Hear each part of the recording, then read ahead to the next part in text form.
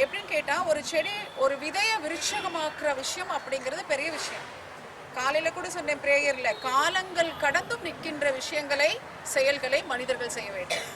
காலங்கள் கடந்தும் இப்போ நம்ம பள்ளி வளாகத்தில் ஒரு ஆலமரம் இருக்குது. அந்த ஆலமரத்தை பற்றி பேசாத இந்த யூபிஎஸ்சி எக்ஸாமினேஷன்லாம் நடத்தும் பொழுது many officers visited our school.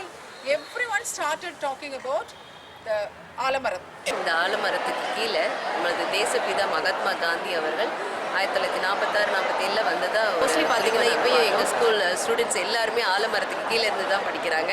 They are gaining positive attitude. So அது வந்து எங்களுக்கு ரொம்ப பெருமையாக இருக்குது இந்த ஸ்கூலில். இந்த மரம் வந்து 1946 நம்மளோட தேசப்பிதா மகாத்மா காந்தி அவர்கள் வந்து அமர்ந்திருந்த இடம்னு சொல்கிறாங்க.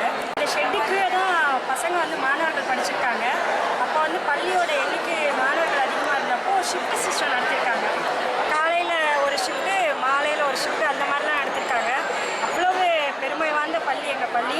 இந்த பள்ளியில் நாங்கள் வந்து வேலை செய்கிறது ரொம்ப இடத்துக்கரிய ஒரு அரிய வாய்ப்பாக நினைக்கிறோம். பார்த்தீங்கன்னா நிழலை மட்டும் இல்லை, அதுக்கு பின்னால் நிறைய சயின்டிஃபிக் ஃபேக்ட்ஸும் இருக்குது. காலங்கள் கடந்து நிற்க போகின்ற அந்த மரங்கள், அந்த மரங்களினுடைய பயன்கள் இப்போ நம்ம சொல்கிறோம் இல்லையா, நம்மளுடைய நுரையீரலின் ஒரு பகுதி எதுன்னு கேட்டால் ஆக்சிஜன் கொடுக்கறது மரம் தான், எல்லாத்துக்கும் தெரியும் இல்லையா. அப்போ நுரையீரலினுடைய ஒரு பகுதி மரங்கள் வேணும். அப்போ நம்ம எல்லாருமே என்ன பண்ணணும், ட்ரீஸை கட் பண்ணுறதுக்கு பதிலாக ட்ரீஸை வளர்க்க வேண்டிய அந்த இடத்துல எங்களோட கலந்து இருக்கிற பசுமை மூர்த்தி சார் அவர்களுக்கும் இந்த நேரத்தில் நான் நன்றி சொல்ல கடமைப்பட்டிருக்கேன். தேங்க்யூ.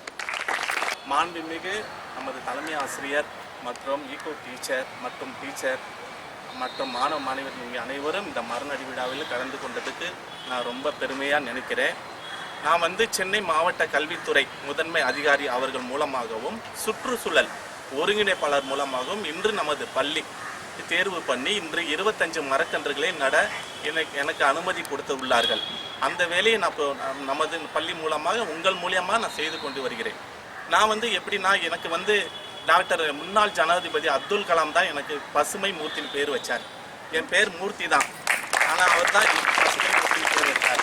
நான் வந்து அவருடைய இணைந்தும் மற்றும் நடிகர் விவேக் கூட இணைந்தும் நான் வந்து இந்த பசுமை அமைப்பு மரம் வந்து ரொம்ப நம்மளுக்கு மனிதர்களுக்காக இறைவனால் உருவாக்கப்பட்ட ஒரு தாவரம் தான். சமீபத்தில் போன மாதம் நல்ல மழை பெஞ்சது, தவிர்க்க முடியாத அளவுக்கு மழை பெஞ்சது.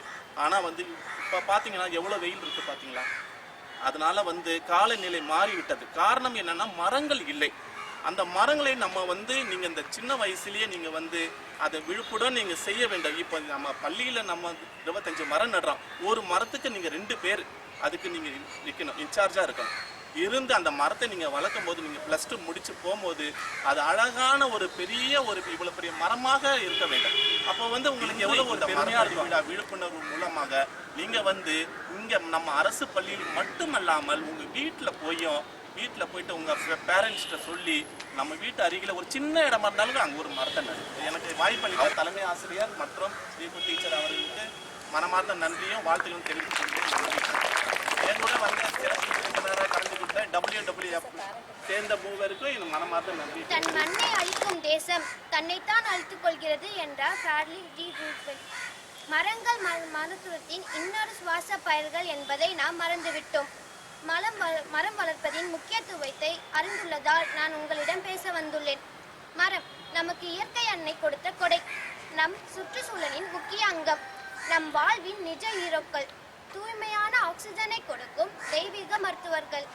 மரம் நடுவதன் மூலம் காலநிலை மாற்றத்தை தடுப்பது மட்டுமல்லாமல் பல்லுயிர் பெருக்கத்தையும் வளர்க்கிறோம். சுற்றுப்புறத்தை அழகுடன் வளர்க்க மரங்கள் வளர்க்க வா என்று அழைத்து வாய்ப்பு கொடுத்த ஈகோ கிளப் எங்கள் அனைவரின் சார்பாக நன்றி தெரிவித்துக் கொள்கிறேன். மரங்கள் வளர்ப்போம், மழை வரும். நன்றி, வணக்கம். இன்னைக்கு நம்ம பதிப்பகச்செம்மல் ஸ்கூலில் வந்துட்டு ஈகோ கிளப் மூலயமா 25 மரத்தை நடுறோம். அதனால் நம்ம தமிழ்நாடு மற்றும் நம்ம பள்ளியில் நிறைய ஆக்சிஜன் நடுறோம். நம்ம பள்ளியில் நிறைய பசங்க படிக்கிறாங்க, அவங்களுக்கு கம்மியான ஆக்சிஜன் தான் கிடைக்கும். இந்த மாதிரி நிறைய மரத்தை நட்டோன்னா நம்ம பசங்க படிக்கும் போதே நல்ல தூய்மையாகவும் நல்ல தூய்மையான ஆக்சிஜன் பெற்று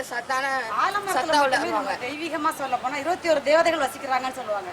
இந்த ஆலமரம் இவ்வளோ அழகாகவும் சிறப்பாக இருக்காருன்னு உங்கள் சத்தங்களும் பேச்சுக்களும் ஹாப்பினஸும் தான் காரணம். ஸோ நம்ம பள்ளிக்கூடத்தில் இன்னும் நிறைய மரங்கள் இருந்துச்சு, இப்போ குறைஞ்சிச்சு. பழையபடி பச்சை பசேலுக்குள்ள பதிப்பகச்செம்மல் கணபதி அரசு பள்ளி வந்து மிளிரும் பள்ளியாக மலரணும்னு தான் என்னுடைய பிரார்த்தனை, ஆசை, விருப்பம் எல்லாமே.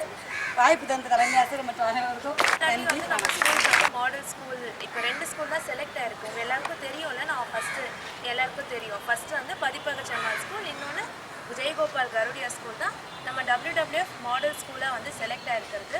ஸோ மேம்க்கு தான் வந்து பிக் தேங்க்ஸ். மேமோட சப்போர்ட் இல்லைன்னா நம்மளால் வந்து எல்லாமே வந்து நம்மளுக்கு ரொம்ப சப்போர்ட்டிவாக கிச்சன் கார்டன் நம்ம பண்ணுறோம் மேம், வர்மி கம்போஸ்டிங் பண்ணுறோன்னு சொன்னப்போ AHM மேமும் சரி நம்ம கோமதி மேமும் தான் வந்து ரொம்ப கோஆர்டினேட் பண்ணி ஹெல்ப் பண்ணி எல்லாமே பண்ணது.